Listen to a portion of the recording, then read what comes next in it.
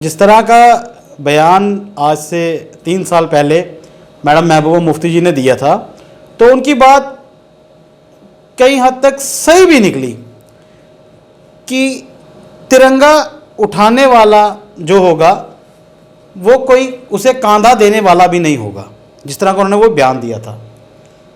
तो सच में सिर्फ वही एक पीडीपी की महबूबा मुफ्ती ही एक रह गई है जो तिरंगा नहीं उठा पाई। बाकी पूरे जम्मू कश्मीर के लोगों ने तिरंगा उठा लिया, क्योंकि कहते हैं ना, जिसकी जैसी नीयत होती है उसकी मुराद भी वैसी पूरी होती है। कहते हैं अधूरा ज्ञान जो होता है ना, वो हमेशा विनाश का कारण ही बनता है। कांग्रेस की यही अधूरा ज्ञान जो था उसे लेके डूब गया। नमस्कार, NH1 न्यूज़ में आप सभी दर्शकों का स्वागत है। मैं हूं रंजीत ठाकुर। जम्मू कश्मीर से धारा 370 को हटे हुए 3 साल से ज़्यादा का वक्त हो चुका है और इस समय भारतीय जनता पार्टी की तरफ से एक बड़ी मुहिम जो है वो चलाई जा रही है, हर घर तिरंगे की।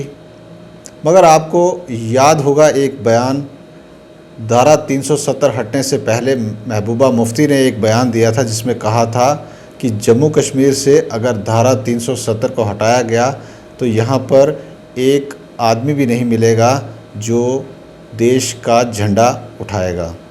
हमारे साथ इस समय सुमित शर्मा हैं, ये भारतीय जनता पार्टी के संस्कृति सेल के को कन्वीनर हैं।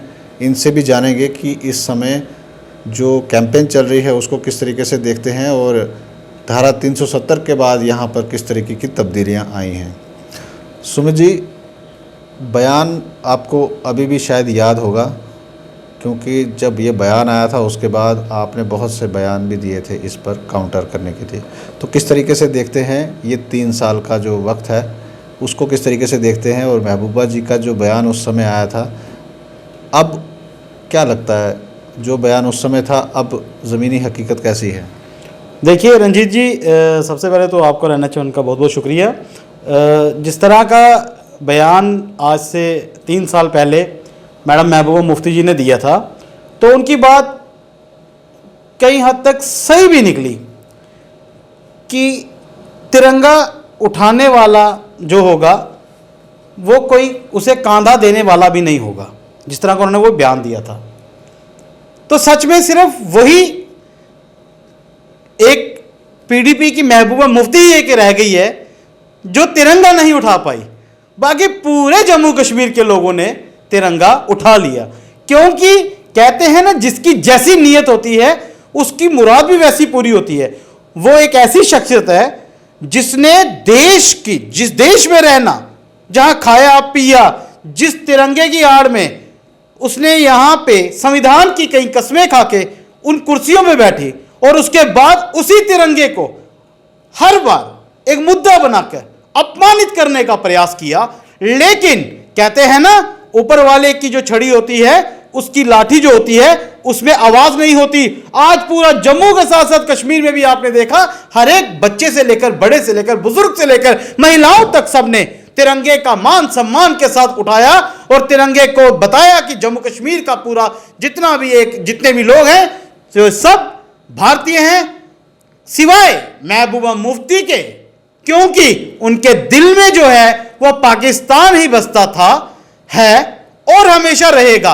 वही एक ऐसी शख्सियत रही जो तिरंगा उठाने से वंचित रही। और मैं कहता हूं कि वो ठीक किया ऊपर वाले ने, क्योंकि जो देश के प्रति हमेशा नेगेटिव सोच रखते हैं, जिनको देश के प्रति प्रेम नहीं है, उनके हाथों में हमारा तिरंगा अगर चला जाए तो ये तिरंगे का सम्मान नहीं, ये तिरंगे का अपमान जो होगा वो साबित हो सकता था। वो बहुत अच्छा हुआ कि उस तरह के लोग जो हैं, जो नकारात्मक सोच जो रह के चलते हैं, जो देश के खिलाफ चलते हैं, देश के जब देश के हित की बात होती है उसके खिलाफ अपनी आवाज उठाने का प्रयास करते हैं, ऐसे लोगों के हाथों में तिरंगा शोभा नहीं देगा।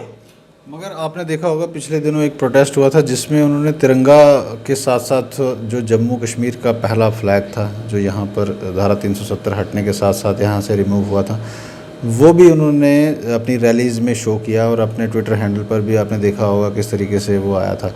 उसको क्या रिएक्ट करते हैं आप? मैं आपको बताना चाहूं, मैंने आपको कहा पहले भी कि एक्चुअल में उनका दिल जो है वो पाकिस्तान के लिए धड़कता है और जो शरीर है वो हिंदुस्तान में है। तो आत्मा उनकी वहाँ फंसी हुई है। तो अब वो दिखाना चाहते हैं कि थोड़ा सा पेट्रियटिज्म दिखाना चाहते हैं अपना, और बाकी जो मन में जो है, क्योंकि वो चाहते हैं कि थोड़ा सा नेगेटिव बोल चुकी हूँ बहुत बार, तो सत्ता तो खत्म हो चुकी है। अब थोड़ा बहुत मैं एक ऐसा एक ट्विटर पे, और अपना भी नहीं, अपने पिताजी का उन्होंने वो चढ़ाया था एक चित्र, और उसके तहत वो बताना चाहती थी, सोचती हैं कि शायद जम्मू से उन्हें कोई सियासत में जब इलेक्शन होंगे आगे कोई वोट मिल जाए, तो ये जो उनकी सोच है ये बस एक सोच ही बन के रह गई है, और सच में ये सोच जो उनकी थी यही उन्हें लेके डूब चुकी है। तिरंगा रैली जिस बार कश्मीर में जो है अलग अलग एरियाज़ में हो रही है, रोज़ नए नए जो है हमारे पास विजुअल्स भी आते हैं, स्कूल्स के, कॉलेजेस के, और भी अलग अलग एरियाज़ में प्रोग्राम हो रहे हैं। इतने वास्ट लेवल पर तिरंगा रैली जो थी वो पहले कभी संभव नहीं हो पाती थी, मगर क्या लगता है आपको कि कहीं ना कहीं असर तो ज़रूर हुआ है धारा 370 हटने के बाद? देखिए, सबसे बड़ी बात ये थी कि जब यहाँ पे स्वर्गीय डॉक्टर श्यामा प्रसाद मुखर्जी यहाँ पे आए थे, तो उन्होंने एक संविधान, एक निशान और एक प्रधान की नीति के तहत यहाँ पे आए थे। तो ये जब जम्मू कश्मीर, पूरा भारत, जब हमारे जम्मू कश्मीर का कोई खिलाड़ी या हमारे जम्मू कश्मीर का कोई भी कोई आईएएस अफसर जाता है या कुछ जाता है, तो पूरे जम्मू कश्मीर को फक्र होता है, पूरा जम्मू कश्मीर झूम उठता है। ये भारत का ही एक अंग है।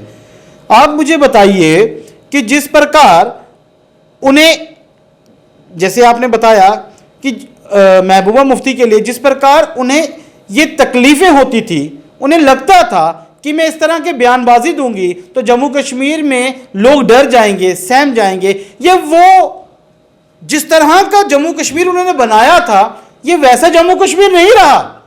ये आपकी बात बिल्कुल सत्य है। ये 3 साल में इतनी तब्दीली बच्चे बच्चे के अंदर, भावना तो पहले भी थी, लेकिन उन भावनाओं के साथ ये पीडीपी, ये एनसी और ये कांग्रेस जैसी सरकारों ने खिलवाड़ किया था। लेकिन आज आप देख सकते हैं कि ये खिलवाड़ उनकी जीवन में, उनकी सत्ता में, उनकी सियासत में अब खुद का एक खिलवाड़ बन के रह गया है, जो उनकी जमीनें तक खिसक गई हैं। जिस तरह की जो देश के तिरंगे के साथ टकराएगा वो बख्शा नहीं जाएगा, उसे उसका खामियाजा भुगतना पड़ेगा। और वो खामियाजा उसे कौन भुगतने पे मजबूर करेगा? वही आवाम जिसने उसके सर पे ताज दिया था। वही ताज तो उसका उड़ चुका है, लेकिन पांव के नीचे की जमीन भी उसे अब नजर नहीं आ रही। इस समय तिरंगा रैलीज तो हर जगह हो रही हैं, और कई बार ये इल्ज़ाम भी लगता है कि कांग्रेस खासकर ये मुद्दा हमेशा उठाती है। राहुल गांधी जी ने भी पिछले दिनों में ये मुद्दा उठाया था कि 50 साल से ज़्यादा का वक्त हो गया है, आरएसएस ने अपने जो उनका हेडक्वार्टर है वहाँ पर तिरंगा क्यों नहीं लहराया था। ये क्वेश्चन जो है ये कहीं ना कहीं सोशल मीडिया पे घूमता रहता है, और ख़ासकर कांग्रेस के जो लोग हैं वो आप लोगों पे टारगेट करते हैं। तो क्या इसका क्या जवाब है? देखिए रंजीत जी, मैं सबसे पहले आपको बताना चाहूँ, कहते हैं अधूरा ज्ञान जो होता है ना, वो हमेशा विनाश का कारण ही बनता है। कांग्रेस की यही अधूरा ज्ञान जो था उसे लेके डूब गया। मैं आपको बताऊं, एक संविधान जो था आज से जो पीछे 55 साल पहले की बात है, 50 नहीं 55 ईयर्स तक एक ऐसा कानून बना था जिसमें किसी भी इंस्टीट्यूट पे, किसी भी कार्यालय पे या किसी भी बड़े एसोसिएशंस वगैरह पे जो थे, वहाँ पे तिरंगे को लगाना बैन था। तिरंगे को वहाँ पे नहीं लगा सकते थे। ये एक संविधान था जिसके बाद में सुप्रीम कोर्ट ने 2002 में ये फैसला दिया कि ये अब जो नेशनल हमारा फ्लैग है ये कहीं भी किसी भी इंस्टीट्यूट या किसी भी उसमें लगाया जा सकता है। और जब ये बयान लागू हुआ तो आपने देखा होगा सबसे पहले जो ये तिरंगा था ये आरएसएस के कार्यालय में ही लगा। तो कहने का मतलब ये है कि कहीं आपकी बात सही है, कहीं बयानबाजी देते हैं कि अभी जैसे महबूबा मुफ्ती जी ने भी कहा कि तिरंगा जो है वो उसको आस्ता आस्ता ये भगवा कलर दे देंगे या कुछ, तो उनकी सोच ऐसी है। तो मैं आपको बताना चाहूँ, आरएसएस कार्यालय में भगवा ये है कि वो वहाँ पे भगवे को हम लोग गुरु के रूप में मानते हैं। भगवा हमारे गुरुओं का जो एक लिबास था, भगवा उसे पूजन किया जाता है। वो गुरु हम उसे गुरु की तरह पूजते हैं। तो हर एक में अपना, देखिए अब किसी भी कंट्री में ले लीजिए, हर एक कंट्री का अपना एक चिन्ह होता है। कोई जैसे अब आप देखिए कई जगहों पे जितने भी मुस्लिम्स हमारे भाई हैं वो ग्रीन को ज़्यादा प्रेफर करते हैं, तो हम उस पर एलिगेशन नहीं लगाते हैं। तो ये हमारा एक अपना है, तो जिसके लिए तो हम भारत में जो रह रहे हैं, तो भारत में रहने का मतलब है डेमोक्रेटिक, सबसे वर्ल्ड की लार्जेस्ट कंट्री, यहाँ पे सभी को अपना अपना राइट है कोई किसी भी चीज़ को मानने। हम तो इसीलिए मैं कह रहा हूँ कि जिस तरह के एलिगेशन लगा रहे हैं और जिस तरह के बयानबाजी आप देख रहे हैं जो मीडिया में चल रही है, तो लोगों को पहले, या कांग्रेस के लोगों को ये पता होना चाहिए, पहले पूरी नॉलेज लें, उसके बाद इस बात के ऊपर अगली बार से प्रश्न करें।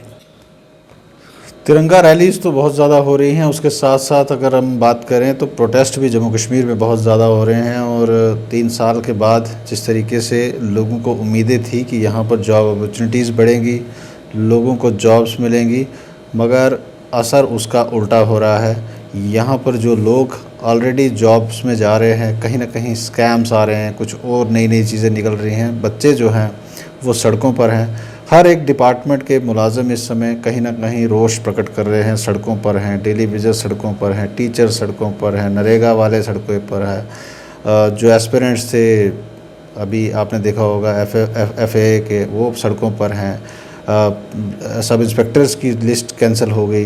क्या लगता है कहीं ना कहीं बीजेपी की जो हुकूमत है सेंटर में और यहाँ पर लेफ्टिनेंट गवर्नर मनोज सिन्हा की, कहीं ना कहीं जो अनएम्प्लॉयमेंट का इशू है वो उनके लिए सबसे बड़ा चैलेंज बन गया? बिल्कुल आपकी बात सच है, इसमें कोई ये दो राय नहीं है कि हम जो चीज़ जो सत्य है उसको एडमिट करना बहुत ज़रूरी है। यहाँ पे आज बच्चे जिस तरह से आप बता रहे हैं, यहाँ डेली वेजर PHE के हैं, NHM के हैं और FA के हैं, और जिस तरह से JKSI का जो भी पीछे निकला था उसमें हैं, तो ये सारे के सारे जो प्रोटेस्ट पे हैं, ये आपकी बिल्कुल बात सही है। और LG साहब से जैसे कि उन्हें भी, तो जैसे हमें पता है, आपको पता है, उन्हें भी सारे वाक़े के बारे में पता है, तो उम्मीद यही है कि वो इस चीज़ के ऊपर संज्ञान लेके इन मुद्दों को जल्द से जल्द हल करें, क्योंकि ये जनता जो है, ये जनता ने हमेशा अपना विश्वास दिखाया है और जनता हमेशा राष्ट्रभक्ति की भावना के साथ ही चलती है। ये चीज़ एक पॉजिटिव पॉइंट ये है इस चीज़ में कि जो जितने भी ये जो स्कैम्स हैं, आज से पहले भी जितनी सरकारें थी, क्या क्या हुआ होगा, क्या क्या नहीं हुआ होगा, परंतु उन चीज़ों को छुपा के दबा के दिया जाता होगा। परंतु ये एक पॉजिटिव पॉइंट है कि थोड़ा सा भी कोई ऊपर नीचे गड़बड़ी होती है तो उसके लिए आज उसी टाइम एक्शन लिए जाते हैं, जो आपने देखा जिस तरह से एक्शन लिए जाते हैं। लेकिन मैं आपके चैनल के माध्यम से भी माननीय LG साहब से एक रिक्वेस्ट करूंगा कि जो एक ऐसा एक सिस्टम एक तैयार किया जाए जिसमें जो बच्चों का एक देखिए कि जिन लोगों ने जो स्कैंडल में है इन्वॉल्व होते हैं, उन लोगों के ऊपर सख्त से सख्त कार्रवाई की जाए। लेकिन जिन बच्चों ने मेहनत करके ये एग्जाम्स पास किए होते हैं, उसमें कई गरीब वर्ग के लोग भी आते हैं, कई बच्चों ने बहुत मेहनत की होती है, और किन हालातों में उन्होंने वो मेहनत की होती है, किन सिचुएशंस में, कि कैसा समय उनके पास निकला, हो सकता है आगे वो ऐसा नहीं कर पाए क्योंकि कोई प्रॉब्लम्स हो जाती हैं, कईयों के साथ कई कुछ भी कोई भी इंसिडेंट्स हो सकते हैं, तो वो बेचारे क्या एक इस चीज को दिमाग में लेके बैठ जाए, यार मैं होके भी, मैंने सब कुछ मेहनत करके भी अब मेरे सर्कमस्टांसेस ऐसे नहीं रह पाए कि मैं उसको आगे फिर क्वालिफाई कर पाऊं, घर के हालात कईयों के सही नहीं होते हैं, तो क्या उन बेचारों को किस चीज की सजा मिले? आखिर एक इस तरह का एक ऐसा एक इनका एक अल्टरनेट निकाला जाए जिसमें जिसने, क्योंकि आजकल तो सारी एजेंसीज इतनी तेज हो गई हैं, तो जिसने किया है उसे कड़ी से कड़ी उसके ऊपर सख्त कार्रवाई हो। लेकिन जो बच्चे चाहे वो किसी भी डिपार्टमेंट से हों, चाहे FA के हों या जो भी डिपार्टमेंट पीछे गए हैं, जितने भी हैं, उनके साथ जो है इंसाफ होना बहुत ज़रूरी है। हम ये मांग भी रखते हैं। और आपने देखा होगा बाकी जो डेली वेजर्स का है, आपके इसमें मैंने चैनल के माध्यम से भी जब बोला था, तो आप ही के चैनल के माध्यम से सबसे पहले मैंने बताया था कि उनकी सैलरी बढ़ने वाली है, और वो बढ़ गई थी, क्योंकि आपने देखा मैं उन्हें लेके पीछे माननीय गजेंद्र सिंह शेखावत जी के पास, जो जल शक्ति विभाग के यूनियन मिनिस्टर हैं हमारे इंडिया के, वहाँ लेके गया था। तो मैंने ये इंडिविजुअली मेरा प्रयास नहीं, सभी डेली वेजर्स जो हैं भाइयों का, उन सब का प्रयास है, जो इतनी कड़कती धूपों में बैठे रहते हैं, अपना प्रोटेस्ट करते हैं। तो मैं भी उसी कड़ी में शामिल होकर छोटे मोटे प्रयासों में अपना योगदान देता हूँ। साथ ही NHM वालों के लिए भी मैं गया था पीछे दिल्ली में, मैंने वहाँ भी बात की। तो जहाँ तक एक कार्यकर्ता होने के नाते भाजपा का, और एक सामाजिक कार्यकर्ता होने के नाते जो मेरा कर्तव्य है उसे तो मैं निभाता जाऊँगा, और मैं आगे भी अपनी मांग रखता जाऊँगा। जहां जहां कोई अड़चन किसी भी चीज में आ रही है, मैं लोगों के संपर्क में जाता हूं, और जहां तक मेरे से हो सके मैं मदद करने का प्रयास करता हूं। तो कहीं ना कहीं आपको लगता है कि ऑपोजिशन जो है वो स्ट्रांग नहीं है और इस वजह से जो है बीजेपी के जो नेता हैं वो जो हैं उनके ऊपर जो है वो ज़्यादा अंकुश नहीं लगता है, क्योंकि आपने देखा होगा जम्मू कश्मीर में कांग्रेस की हालत इस समय ज़्यादा सही नहीं है। आम आदमी पार्टी भी अभी आस्ता आस्ता पैर पसार रही है।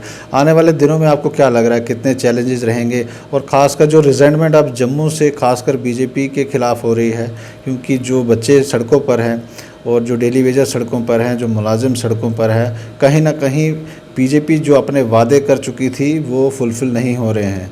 तो आपको लगता है कि आने वाले दिनों में राहें जो हैं वो कठिन हैं? नहीं, मैंने आपको बताया सबसे पहले रंजीत जी कि जो लोग प्रोटेस्ट पे हैं, जिस तरह के हालात जो जम्मू में हैं, सारे जितने भी प्रोटेस्ट कर रहे हैं ये सारे भी क्यों कर रहे हैं? क्योंकि उनको उम्मीदें, किसने उम्मीदें नहीं, हालात बनाता कोई नहीं है। बनाने के कहने का मतलब है कि यहाँ पे इस टाइम अगर कोई भी देखिए, अगर पर्टिकुलरली एक गवर्नमेंट जम्मू कश्मीर की, हम ये नहीं बोलेंगे ठीक है, सेंटर की गवर्नमेंट में भाजपा है, सेंटर की गवर्नमेंट के हिसाब से यहाँ पे एलजी साहब बैठे हुए हैं, तो बात आ जाती है एडमिनिस्ट्रेशन की। यहाँ पे गवर्नमेंट रिलेटेड बात अभी नहीं है। अगर उसके रिलेटेड कोई बात होती तो चलिए हम बोलते कि ठीक है, ये हमारी जिम्मेवारियाँ जो हैं बनती तो हैं, जिम्मेवारी है, ये नहीं, हम उससे ये नहीं कहेंगे कि मेरी जिम्मेवारी नहीं है, भाजपा की नहीं। भाजपा जब हम सेवा के लिए जब घरों में जाते हैं तो ये तो सबसे बड़ी महान सेवा हमारी होनी चाहिए। तो मैं ये हमारे माननीय जो अध्यक्ष जी हैं वो भी इस पे चिंतन करते हैं और बाकी जितनी भी टीम है इस पे वर्क करती हैं। जहाँ तक मेरा कार्य या हमारा कार्य जो होता है, हम अपनी तरफ से प्रयास करते हैं और इन चीज़ों को लेके, चाहे मैं आपने देखा होगा पीछे भी चीफ सेक्रेटरी सर से भी बात करता रहता हूँ। पिछले दिनों ही मैंने अभी जो रैबरे खेल वाले थे और इरिगेशन डिपार्टमेंट के भी कई इशूज़ थे और एनएचएम का भी एक इशू था, इन सब को लेके पिछले दिनों मैं श्रीनगर गया था। वहाँ मेरी प्रिंसिपल सेक्रेटरी माननीय श्री द्विवेदी सर से भी मुलाकात हुई, इन सबको मैंने उधर मिलवाया और चीफ सेक्रेटरी माननीय अरुण कुमार मेहता जी से भी मिलाया और इनके कई मुद्दों को वहाँ पे मैंने उनके समक्ष रखा। तो जहाँ तक प्रयास है वहाँ तक किया जा रहा है, क्योंकि बात जम्मू कश्मीर में एडमिनिस्ट्रेशन तक है और एडमिनिस्ट्रेशन के रिलेटेड वो बात पहुँचाना, एक पुल का काम, एक ब्रिज का काम पब्लिक के हित के लिए वो करना एक अभी हमारा दायित्व जो बन रहा है। और अगर कहीं भी लगता है कि थोड़ा बहुत यहाँ पे भी कुछ कमी पेशी आ रही है तो उसे लेकर सेंटर तक जाना, वो कार्य हमारा जो है वो मैं करता जा रहा हूँ और आगे भी मैं इसे करता रहूँगा। कई बार इल्ज़ाम लगते हैं, कहा जाता है कि यहाँ पर ब्यूरोक्रेसी ज़्यादा हावी है और जो बीजेपी के नेता हैं वो भी कई बार बोलते हैं कि हमारी बात भी जो है वो सुनी नहीं जाती है। तो क्या लगता है कि ब्यूरोक्रेसी आप लोगों पर हावी है, आप लोगों की बात भी नहीं सुनी जा रही है? देखिए, मुझे ये नहीं लगता कि ब्यूरोक्रेसी किस नेता ने किसने कब ये बात की होगी या जिसने की होगी, बेहतर है कि वही जानता होगा कि क्यों ब्यूरोक्रेसी मतलब हावी क्यों हो रही है। वो तो फिर मुझे लगता है कि जिसने भी ये बात कही होगी आप उससे पूछिए, वो बेहतर जवाब देगा। और उसका जवाब इस तरह से मैं भी दूं कि एक नेता जो होता है वो नेता तभी गिना जाएगा जब वो लोगों के मुद्दों को वहाँ तक लेके, लोगों के मुद्दों पे उनकी समस्याओं को हल करने के लिए प्रयास करेगा और आगे बढ़ेगा, तभी वो नेता गिना जाएगा। ब्यूरोक्रेसी अपनी जगह रही, नेतागिरी नेता होती है। लीडर का मतलब होता है one who lead the public, वो नेता मतलब होता है। अगर ब्यूरोक्रेसी हैवी होने लगी तो इसका मतलब हमें नेतागिरी करने का क्या फायदा? फिर हम जब पॉलिटिक्स में आए हैं, जब राजनीति में आए हैं, राजनीति का मतलब ही है कि जब इस लाइन में घुसे हो तो जनता के नौकर बन के रहो। जनता के मालिक हम नहीं हैं और जनता के कार्य जब तक हम नहीं करेंगे तो कहने का मतलब यही है। तो फिर हमें नेता बनने का कोई फन ही नहीं बनता कि हम नेता कहना है।